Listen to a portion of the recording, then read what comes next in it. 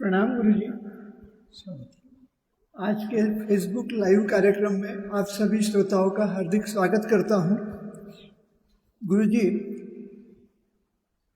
आज का प्रश्न श्री शशांक साहू जी, डोंगरगढ़, छत्तीसगढ़ से पूछे हैं। प्रणाम गुरुदेव। हाल ही में देश के करोड़ों हिंदुओं के आस्था और श्रद्धा का केंद्र कहे जाने वाले श्री राम जन्मभूमि मंदिर अयोध्या में चढ़ावा चोरी का मामला सामने आया है, जिसको लेकर देश में अनेक प्रकार की चर्चाएं हो रही है।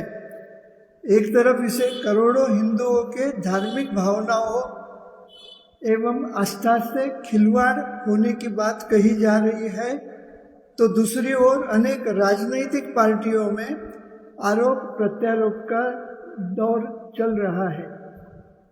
मंदिर समिति के ट्रस्ट के सदस्य भी जांच के घेरे में आए हैं।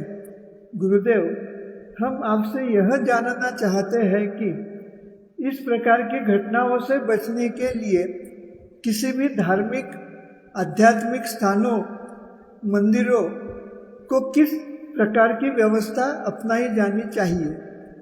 इन संपत्तियों की उपयोगिता क्या होनी चाहिए? गुरुदेव, प्रस्तुत प्रश्न पर मार्गदर्शन करने की अपार कृपा करेंगे। धन्यवाद।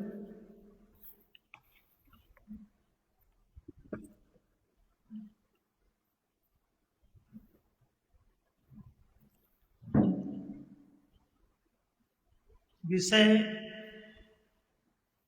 सामाजिक व्यवस्था से संबंधित है। मानव समाज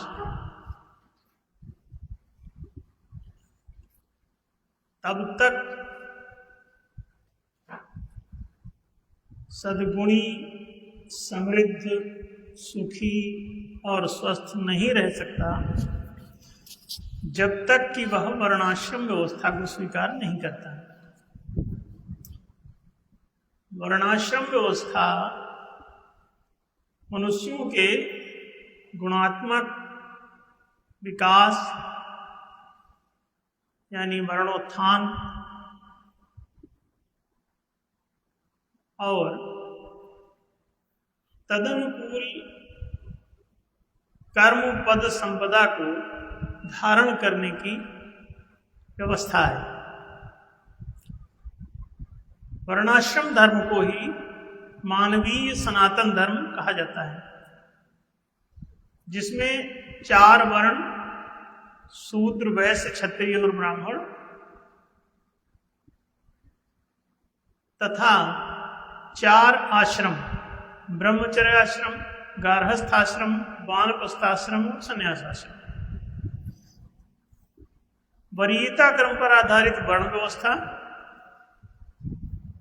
और श्रम निष्ठा पर आधारित आश्रम व्यवस्था।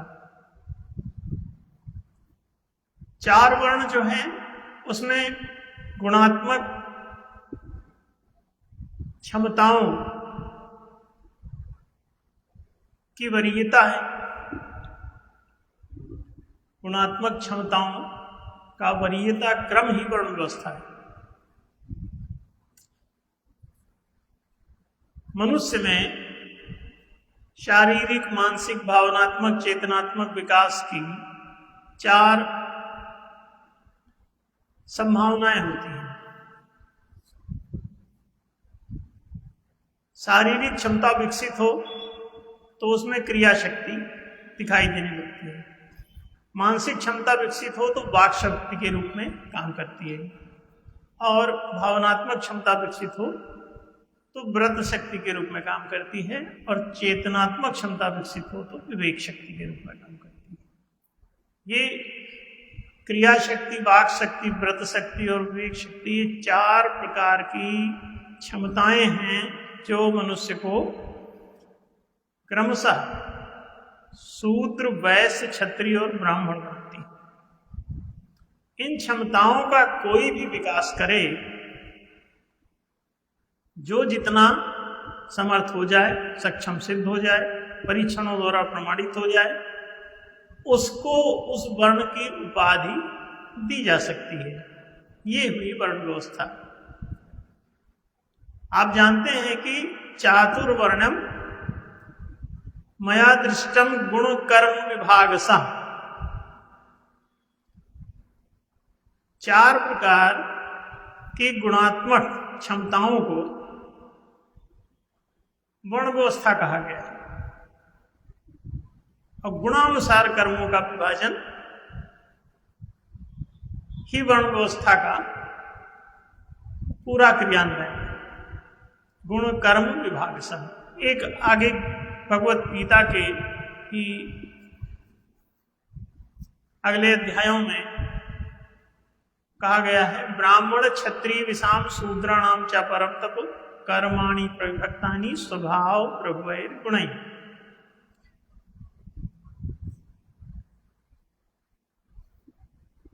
ये ब्राह्मण क्षत्रिय वैश्य शूद्र इत्यादि चारों वर्णों के कर्मों का विभाजन स्वाभाविक रूप से प्रभावशील गुणों के अनुरूप किया जाता है, जिसमें जो गुणवत्ता, योग्यता, क्षमता, कौशल, पात्रता विकसित हो जाए, उसी के अनुसार कर्माणि प्रविभक्तानि स्वभाव प्रभुवैर गुणैः। कर्मों का विभाजन उसी स्वाभाविक गुणवत्ता, योग्यता, क्षमता, कौशल के अनुरूप किया जाता है। कर्म कितने हैं? कृषि कर्म, वाणिज्य कर्म, राज्य कर्म, नेतृत्व कर्म। तो पद कितने हैं? कृषक, वणिक, रक्षक, नायक। तो संपदाएं कितनी हैं?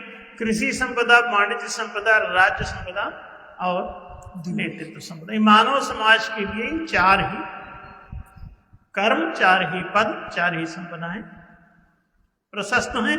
और इन चारों कर्मों, पदों, संपदाओं पर स्वामित्व धारण करने के लिए वरीयता क्रम पर आधारित शूद्र, वैश्य, क्षत्रिय, ब्राह्मण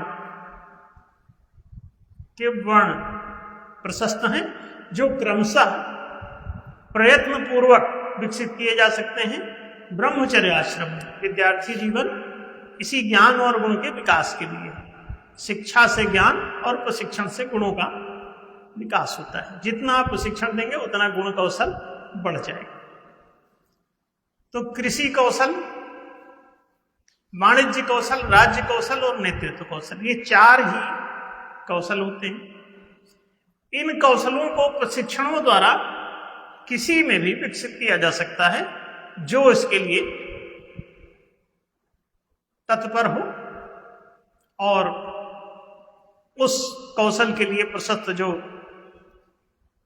विकास के केंद्र हैं, शारीरिक, मानसिक, भावनात्मक, चेतनात्मक, उसके अनुसार वहां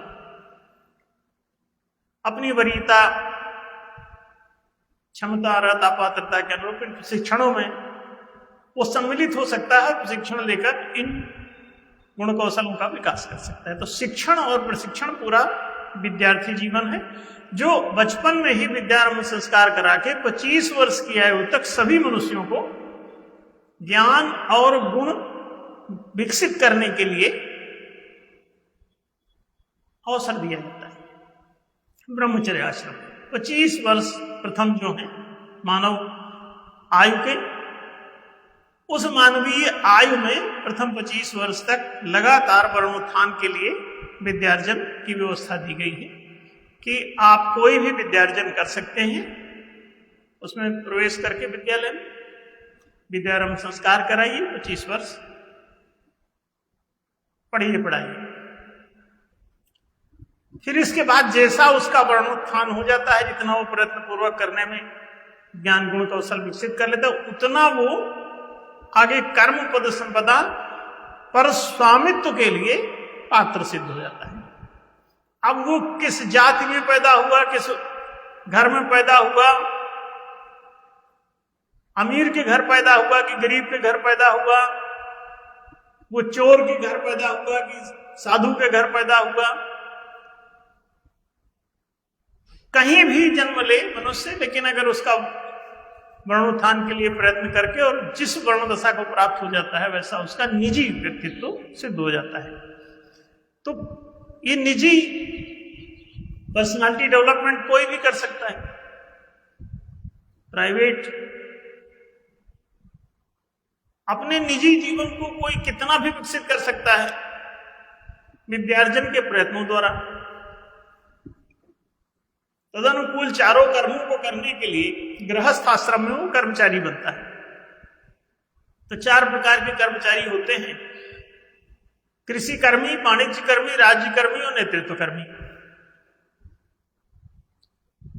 अब गृहस्थ आश्रम में ये प्रतिष्ठित होकर इन चारों संपदाओं को धारण करते हैं। तो पहली संपदा जो कृषि संपदा है वो तो किसानों के लिए, मतलब कि शूद्र वर्ण में जितने लोग सिद्धहस्त हो गए, शारीरिक सामर्थ्य है उनमें, क्रिया शक्ति जाग गई है, वो कृषि कर्म कर सकते हैं। उनको कृषि संपदा प्राप्ति का अधिकार है। कम से कम 5 एकड़ तक की प्रति परिवार एक जमीन उनको सुलभ हो, ताकि वो अपना उसमें कृषि संबंधी 3 प्रकार के कर्म होते हैं: खेती, उद्यान, पशुपालन, ये तीनों कर्म कर सकते हैं। वाणिज्यिक क्षेत्र में व्यापार, उद्योग, व्यवसाय करने के लिए उनकी पात्रता होती है। वो इन तीनों कामों में से कोई भी कम से कम आज के हिसाब से देखें तो कुछ उसको एक कैपिटल, मौद्रिक पूंजी चाहिए। तो अगर सामाजिक या सरकारी तल पर ये मौद्रिक पूंजी एक अधिकोष बना के मुद्रा प्रचालन केंद्र अथवा किसी भी बैंक से उनको 5 करोड़ तक की बिना बोझ की पूंजी दी जा सके, निर्भर मुद्रा, मौद्रिक पूंजी, बिना ब्याजखोरी, बिना शुल्क, बिना टैक्स की, तो वो निश्चित रूप से पूंजी पर अगर टैक्स ना हो, उत्पादन पर टैक्स सरकार लगाए। जो उत्पादन होता है उसका 1/3 सरकार को जाए, ये बड़ी अच्छी बात है। लेकिन पूंजी पूरी तरह मुक्त हो, जमीन पूरी तरह टैक्स लगान से मुक्त हो, तो कोई भी शुल्क या टैक्स या लगान अगर उस पर लगा हुआ है तो जमीन कोई खरीद ही नहीं पाएगा, धारण नहीं कर पाएगा। तो कृषक कैसे बनेगा? जब कृषि भूमि नहीं तो किसानी खत्म, तो कृषक पद समाप्त। ये चारों संपत्तियां, कृषि संपदा, वाणिज्य संपदा, राज्य संपदा और नेतृत्वकर्ताओं की जो है वो दिव्य संपदा होती है। यहां पर इस प्रश्न से संबंध है। पूछा गया प्रश्न, इस दिव्य संपदा से संबंधित जितने भी दिव्य चरित्र आपके लिए आदर्श के रूप में प्रस्तुत किए गए हैं, वो चाहे ब्रह्मा, विष्णु, महेश के हों और चाहे कल्कि, कृष्ण और राम के हों। ब्रह्मा, विष्णु, महेश 3 लोगों के अलग अलग आदर्श हैं। ब्रह्मा जी देवलोक के आदर्श हैं, विष्णु जी मनुष्य लोक के आदर्श हैं और शंकर जी दैत्य लोक के आदर्श हैं। तो इन तीनों लोगों के अलग अलग इष्टदेव हैं। मनुष्य लोक में जो रजोगुणी लोग होते हैं वे होते हैं, देवलोक में सत्वगुणी, मनुष्य लोक में रजोगुणी और दैत्य लोक में जो मलिन, म्लेच्छ, गंदे, क्रूर, हिंसक, चोर, डाकू, लुच्चे, लफंगे, अकर्मण्य, अपराधी प्रवृत्ति के, दुष्ट प्रवृत्ति के, ये सब जो है जंगली कहलाते हैं। पशुवत उनका जीवन होता है, उनको भी जीने रहने का अधिकार है। तो एक दशा उनकी वो अलग है, उसे दैत्य लोग कहते हैं, उनकी संपदा अलग है। तो ये 3 संपदाएं, तो बीच में जो कृषि संपदा, वाणिज्य संपदा और राज्य संपदा, ये तीनों तो मनुष्य लोक की संपदाएं। चौथी जो संपदा है ये देवताओं की है और वो ब्राह्मण वर्ग जो है वो देवता कहलाता है, और नीचे जो निषिद्ध वर्ग है वो दैत्य कहलाता है, जो तामसिक है, दूषित है, आपराधिक प्रवृत्ति में लिप्त रहता है, कमा के नहीं खाता, चोरी डकैती करके खाता है, हिंसक है, मांसाहारी है, लुटेरा है, आक्रामक है, दूसरों के प्रति क्रूर है, कठोर है, ऐसा व्यक्ति जो है वो दैत्य कहलाता है, सिंह कहलाता है, सिंहनामा हो जाता है वो, और आपराधिक कृत्यों में लीन रहता है, किसी भी प्राणी को मार डालता है, काट डालता है, उसके बच्चों को मार काट के खा जाता है, तो ये बहुत घृणित जीव रहता है, और मार काट के बिना, चूंकि मांसाहार नहीं आता तो हिंसा उसमें होगी ही, तो इस वजह से उसको दैत्य कहा जाता है। और जो शाकाहारी प्रवृत्ति के हैं ये सब मनुष्य लोग ही हैं, इनमें शूद्र वैश्य क्षत्रिय होते हैं। तो वो जो निःसाद हैं, निःसिद्ध रहते हैं, समाज से बहिष्कृत रहते हैं, अंत्यज रहते हैं, वो दलन करके उनको बाहर कर दिया जाता है, भंग करके उनको समाज से बाहर कर दिया जाता है, तो भंगी, दलित, अंत्यज ऐसे नामों से जाने जाते हैं।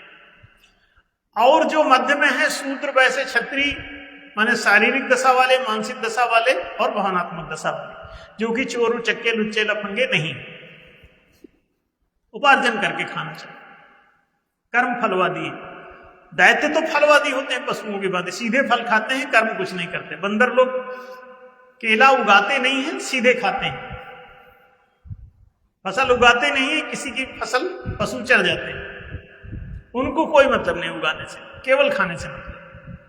तो वो फलवादी जितने भी लोग होते हैं वो सब दैत्य होते हैं, और कर्म फलवादी सब मनुष्य होते हैं।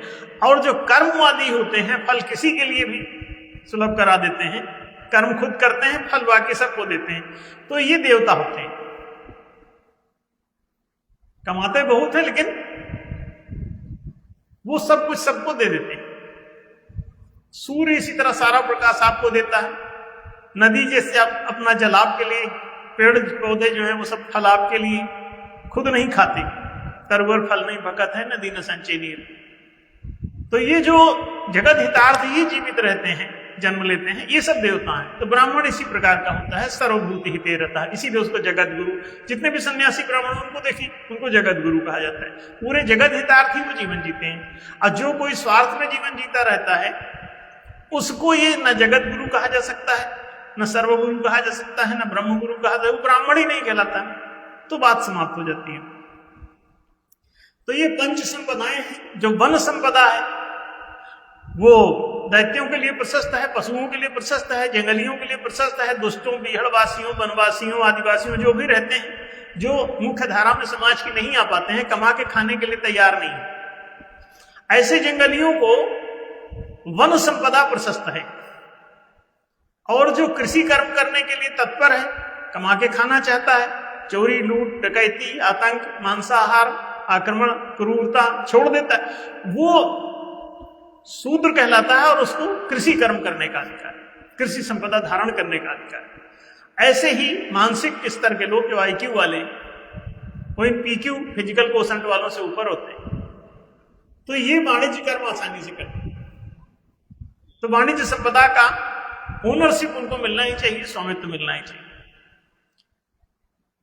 क्षत्रिय स्तर के जितने, उनको सबको राज्य संपदा और राज्य कर्म का अधिकार। तो ये सीधी सी बात है, जितना मठ मंदिर, गुरुद्वारा, चर्च, मस्जिद सब जो आप देख रहे हैं, ये सारा का सारा ये ब्राह्मण संपदा है। इसमें ये दिव्य संपदा है। तो इस दिव्य संपदा को धारण करने का अधिकार ब्राह्मणेतर किसी व्यक्ति को नहीं होना चाहिए।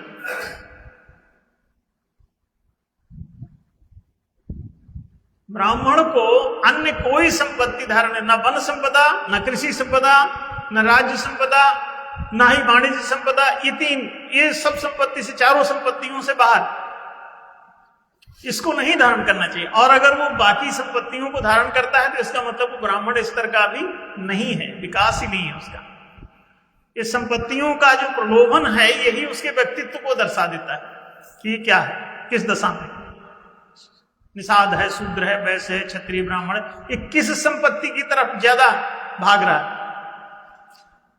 तो जहां जैसा उसको लगे कि हाँ इस तरफ जाना चाहिए, इस कर्म को मैं कर सकता हूं, कर्म ना कर पाए तो ना पद उसके काम का है, ना संपदा उसके काम की, जब उस कर्म को ही नहीं कर पाएगा।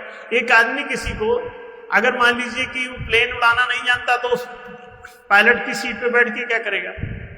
और पायलट और हवाई जहाज पर कब्जा करके क्या करेगा? संपत्ति भी उसकी नष्ट होनी है, और उसमें बैठे यात्री भी नष्ट होने हैं, और उसको भी नष्ट होना है, खुद को भी। तो वहां न जाए, जो जिस योग्य उसका परीक्षण हो, उसको वहां पर कर्मपद संपदा का स्वामित्व उसे कानूनन दे दिया जाए। तो ये जो जितना ऐसे मठ मंदिर, गुरुद्वारा, चर्च, ये सब जितना कुछ है, मस्जिद या कोई भी सामाजिक संस्था, कोई भी ट्रस्ट, कोई भी सोसाइटी, कोई भी ऐसी संस्था जो सामाजिक किसी सार्वजनिक हित के कार्यों में संलग्न रहती है, उसमें उसका जो संचालक मंडल है, ट्रस्ट मंडल है, बोर्ड ऑफ डायरेक्टर है, वो सब पूरा का पूरा केवल ब्राह्मण स्तरीय, जो वर्णात्मक दृष्टि से, जाति की दृष्टि से नहीं, वंश की दृष्टि से नहीं, कुल की दृष्टि से नहीं, गोत्र की दृष्टि से नहीं, नहीं, ये सब चीजें फालतू है। पात्रता की दृष्टि से, जिसमें ब्रह्मत्व हो वही ब्राह्मण है। ब्रह्मत्व के बिना कैसे ब्राह्मण? सर्वव्यापी को ब्रह्म कहते हैं। अहम का ठीक उल्टा, ब्रह्म, स्व और सर्व के बीच में ये बड़ा फासला है। तो जो सर्वात्मक है, सर्वहितकारक है, सर्वहितैषी है, सर्वभूतिते रता है, वही केवल वहां नियुक्त होना चाहिए था। और जैसे ही ये नियुक्ति की व्यवस्था पात्रता अनुसार पद नियोजन की अपनाई जाएगी, पूरी दुनिया में जितने भी ऐसे दिव्य संपदाओं के लूट खसोट चोरी डकैती मची हुई अपने आप खत्म हो जाएगी। और वो जब अधिकृत ही रहते हैं तो वो चोरी क्यों करेंगे? उसकी राज्य वर्ग जब राज्य संपदा का मालिक है तो उसके ऊपर चोरी डकैती का आरोप क्यों लगेगा? उसको उसी का है, वो जैसा मर्जी वैसा करे, जो कार्य है उनको करे और संपत्ति अपने पास रखे। इसमें किसी को तकलीफ की क्या बात है? वाणिज्य संपदा का जैसे ओनरशिप बनी है के पास, तो वो काम कर रहा है, उसको आप जैसे कोई क्यों करेगा कि वो अरे वो तो वहां से जो है वो कार से घर चला गया। अरे तो कार उसी की है, वो संपत्ति भी उसी की है, वो घर जाए, घर से बाहर आए, ऑफिस की कुर्सी घर उठा लेगा, अरे तो ले जाने तो उसी की है कुर्सी का, ऑफिस वाला भी हो, घर वाली। तो ये संपत्तियों का स्वामित्व जब तुम दे दोगे ना, तो ये सारे लफड़े समाप्त हो जाएंगे। चोरी तब होती है जब आप किसी को उसका अधिकार समाप्त कर दो, तो वो चोरी करेगा। एक किसान को अगर अपने खेती से अमरूद तोड़ के खाने का अधिकार है, संपत्ति उसी की है, बगीचा उसी का है, तो अब अगर वो अमरूद तोड़ेगा तो चोर कैसे ठहरेगा? बगीचे का मालिक पहले तुम किसी और को बना दोगे, फिर वो चोरी करेगा। अपने ही खेत में वो चोरी करना पड़ेगा उसको, तो मालिक बना दो उसको, चोरी समाप्त हो जाएगी। मिल्कियत ही चोरी चपाटी का इलाज है कि आप उसे मालिक बनाओ। तो जो लोग उसके मालिक ही होंगे वो चुरा के कहां ले जाएंगे? तो जहां रखा है वहीं रखा रहने का। कोई अपने जेब से कभी पेन चुराता है? कोई अपने पर्स से पैसे चुराता है? चुरा के रखेगा कहां? उसी पर्स में, तो चुराएगा क्यों? मिल्कियत ही चोरी का समापन।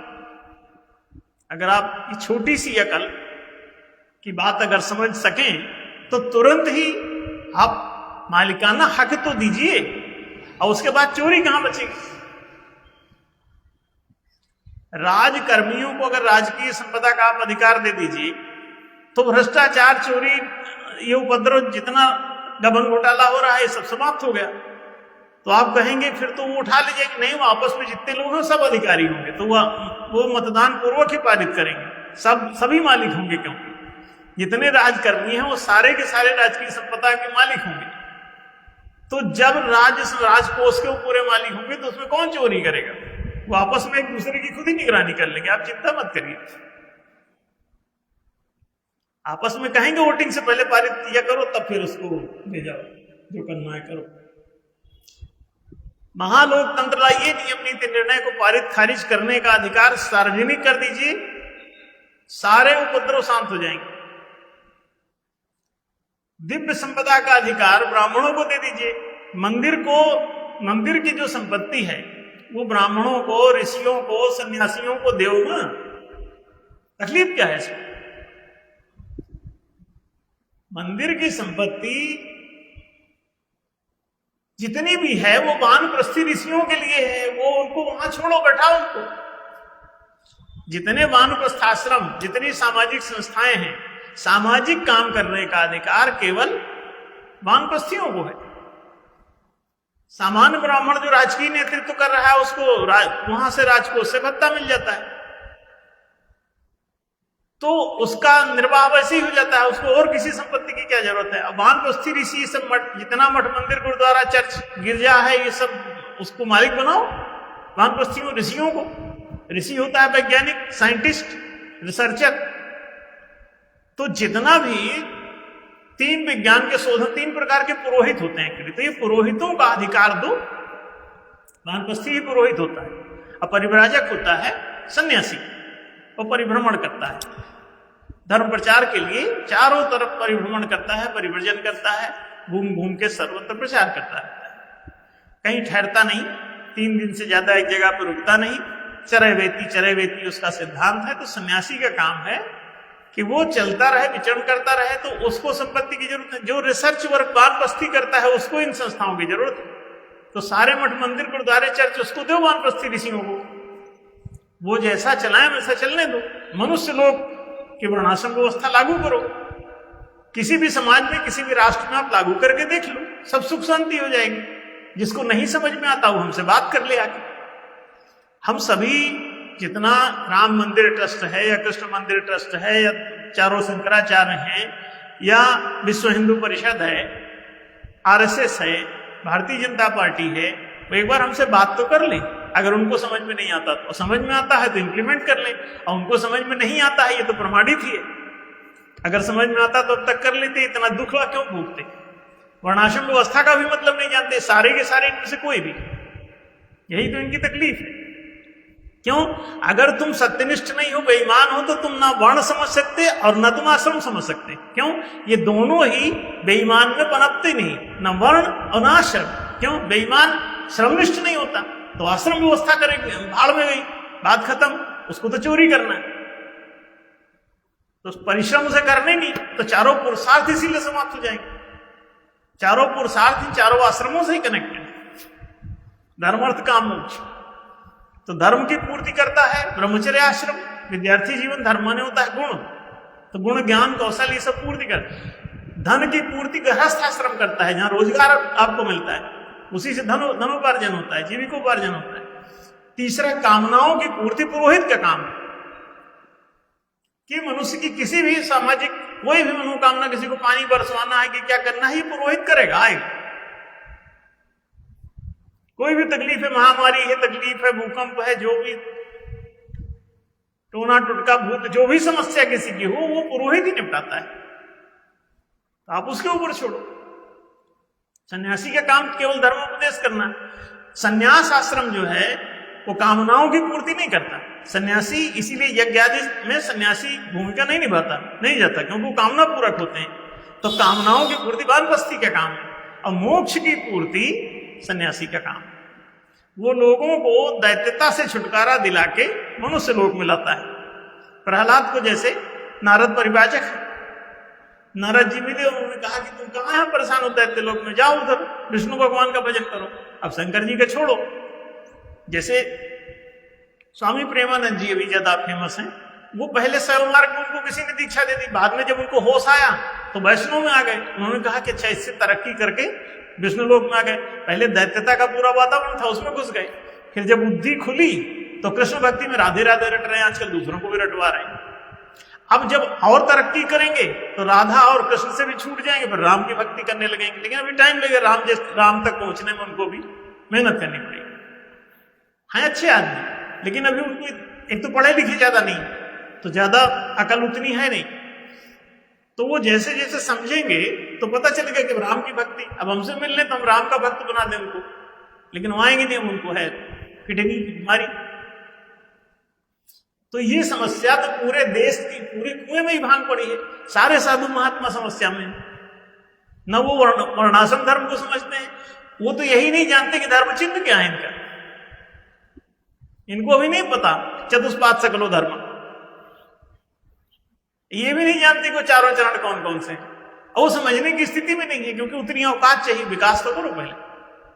अभी तक तो सब शूद्रावस्था में जी रहे थे, तो कलयुग ही रहेगा। वैश्यावस्था में आओगे तो द्वापर आ जाएगा। जब समाज क्षत्रिय अवस्था में पहुंचता है तब जाके त्रेता आता है, और जब ब्राह्मणावस्था तक कुछ लोग पहुंचने लगोगे तो सतयुग आ ही जाएगा। एक भी ब्राह्मण हो तो सतयुग ला देगा। और अभी देखो हम ला ही रहे, ब्राह्मणत्व तो पैदा कर लो, और तमाम ब्राह्मण कुल में पैदा होकर के ब्राह्मण वर्ण तक नहीं पहुंच पाते लोग, उसी कुल जात वंश में ही मरे खपे जा रहे हैं, लड़ रहे हैं, लौट रहे हैं। उसमें लड़ने से कुछ नहीं हुआ, व्यवस्थित करने से होगा। तो जब आप इन सभी संपत्तियों, जितना भी मठ मंदिर गुरुद्वारा चर्च है, ये ऋषियों को दो, पुरोहितों को दो, पुरोहितों को ही मालिक बनाओ, दूसरे लोग उस ट्रस्ट में घुसे क्यों? अब जो चोर उचक्के नॉर्मल सामान्य जनों को आपने उसमें ट्रस्टी बना दिया, सामान्य लोगों को उसमें समिति में बैठा दिया, उनकी ना वो ठीक से गृहस्थ भी नहीं है, वानप्रस्थी ऋषि कहां से बन जाएंगे? वर्णक्रम ही अभी पतित है, उनमें अधिकांश तो कोई पीक्यू वाला है, कोई आईक्यू वाला है। अब आईक्यू वाले हैं तो चालाक रहते हैं, धन लिप्सा होती है उसमें, और धन लिप्साओं को जो है वो चोरी करने के लिए कई बार विवश कर देती है, पुलिस ना हो सक्रिय। तो ये समस्या वर्ण पतन के कारण है, ना कि अन्य किसी कारण से। तो उनको अपराधी मानने के बजाय उनका वर्णक्रम पिछड़ा हुआ मानो, अभी विकसित नहीं है, इसलिए चोरी चपाटी कर रहे हैं। तो उनके विकास की व्यवस्था करो, और सामाजिक व्यवस्था विकास क्रम के आधार पर कर दो, तो विकास अपने आप भी करने लगते हैं। तो सीधी सी बात है कि जितना मठ मंदिर गुरुद्वारा चर्च आदि सब ये लुट पिट रहा है, उसका कारण है वहां बैठे हुए अयोग्य लोग। वहां पात्रता अनुसार पदवियों की व्यवस्था अपनाएं, ये समस्या समाप्त हो जाएगी। डॉक्टर साहब, बात स्पष्ट हुई होगी? जी गुरु जी, धन्यवाद गुरु जी। आपने बहुत ही सरल भाषा में इतनी बड़ी समस्या का समाधान बताया है। संपूर्ण विश्व की आम समस्याओं का समाधान सनातन धर्म में है। वर्णाश्रम व्यवस्था अपनाने से सभी समस्याओं का समाधान होता है। सभी श्रोताओं से नम्र निवेदन है कि ये वीडियो बहुत गहराई से सुने, सब्सक्राइब करें, अपने ग्रुप में भेजें, ताकि सबको इस ढंग से जीने का मौका मिल सके। धन्यवाद।